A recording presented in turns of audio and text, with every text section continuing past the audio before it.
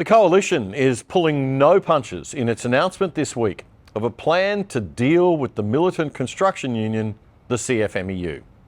Peter Dutton promised on Monday that he would set up a special task force to look into all the ongoing criminal allegations linked to the union. We've essentially got organised crime figures running the construction sector in this country. This is the biggest corruption scandal in our country's history because we are talking about billions of dollars that are being paid by ultimately Australian taxpayers through the Victorian government, through the Albanese government, for bloated prices. Project times are being blown out. The costs are escalating.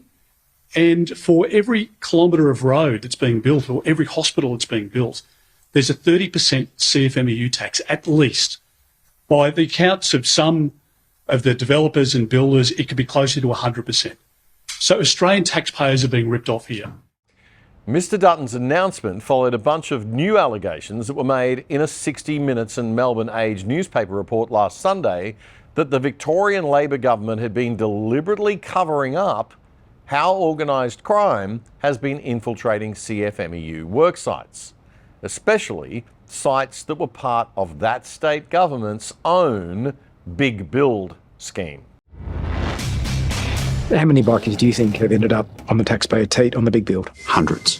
From building bad It felt to me like I was watching an episode of The Sopranos. to building worse. It's nothing short of putrid. Why the rot at the militant CFMEU hasn't stopped.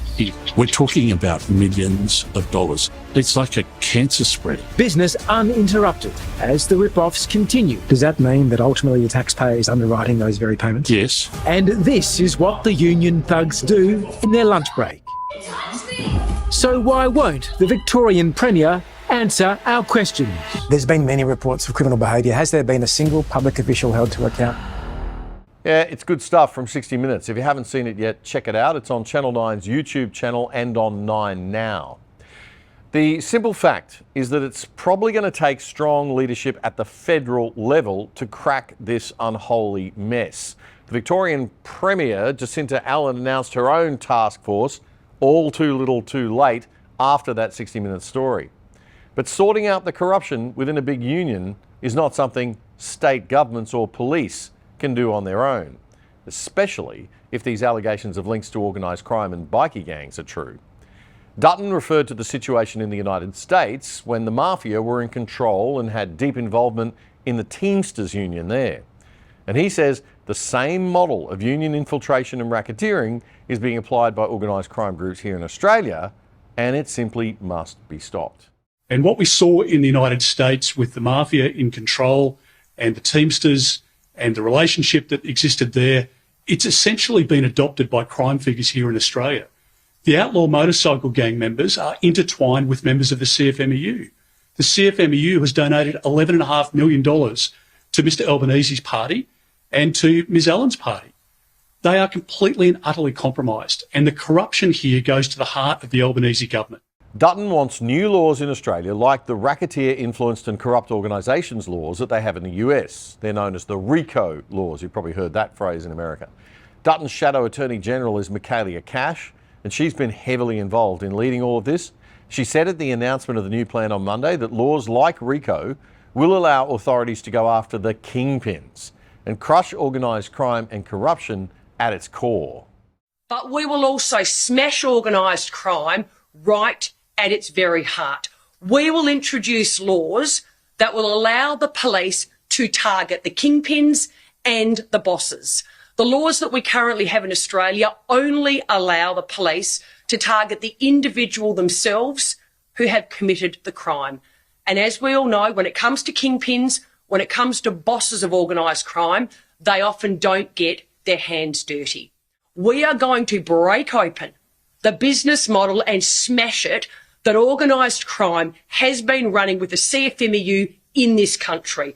We're going to give the construction industry back to the Australian taxpayer, because ultimately this is all about mum and dad and the money, the extra money they are paying for infrastructure in this country. The CFMEU was put into administration by the Labor government federally after a big 60 Minutes and 9 Media report into allegations of corruption and criminal activity late last year. But Cash says that this has proven to be a completely useless and weak move. Mr Albanese has shown by putting it into administration that he will take the weakest possible response possible. It is almost laughable to see government ministers out there today saying that administration is working. Well, if administration is working, God help the Australian people. God help women on construction sites. But more than that, why are thousands and thousands of dollars still exchanging hands on these construction sites around Australia? You need to comprehensively, once and for all, deregister the CFMEU, but also at the same time ensure that any official that has indulged in law breaking is never again allowed to hold office in a registered organisation or go anywhere near a work site and represent the workers. If Dutton becomes Prime Minister and Cash becomes his Attorney General after the May election, they will set up the task force and have the Australian Federal Police lead it, with all state and territory police being involved, as well as the Australian Criminal Intelligence Commission and the Tax Office. The problem with union corruption is not only that it just stinks to high heaven in its own right, but also it costs every good, honest Aussie taxpayer a packet. Corruption and organised crime in the building industry also contributes heaps to the housing crisis.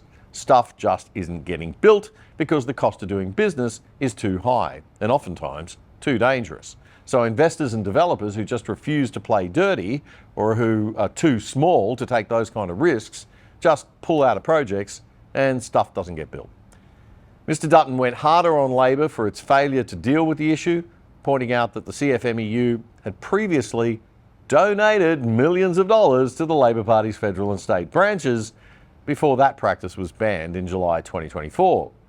And he talked about something I think that we should all care about a lot: the cycle of organised crime fueling the drug addiction among kids, which fuels everyday theft and crime in our neighbourhoods.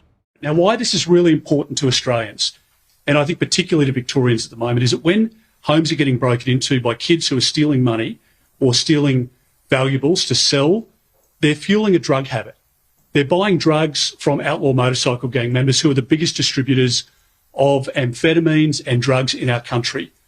They're stealing cars from your home at the moment because there is a market that's been created by outlaw motorcycle gangs who are rebirthing these vehicles stolen from mums and dads who have worked hard here in Victoria and across the country.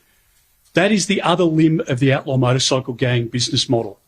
And the CFMEU, by paying figures, shadowy figures and extortion payments to the outlaw motorcycle gang members, that's fueling that criminal enterprise. Yep.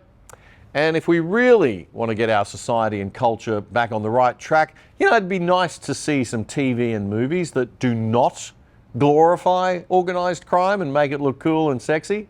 It isn't. It's a life for lost, tragic people whose actions bring misery to many others. And the underbelly of Australia is the domain of the sad and the weak. We need more TV and art and culture that glorifies the good people, the heroic knights and soldiers of justice and goodness who fight all of this stuff. Our cops, for example. Fewer anti-heroes and a lot more actual heroes, thanks Stan and Netflix. Actual heroes can be more edgy, cool and sexy and are a truckload more inspiring to viewers, particularly our kids. We're over that backstory of the complicated, dark anti-hero, thanks.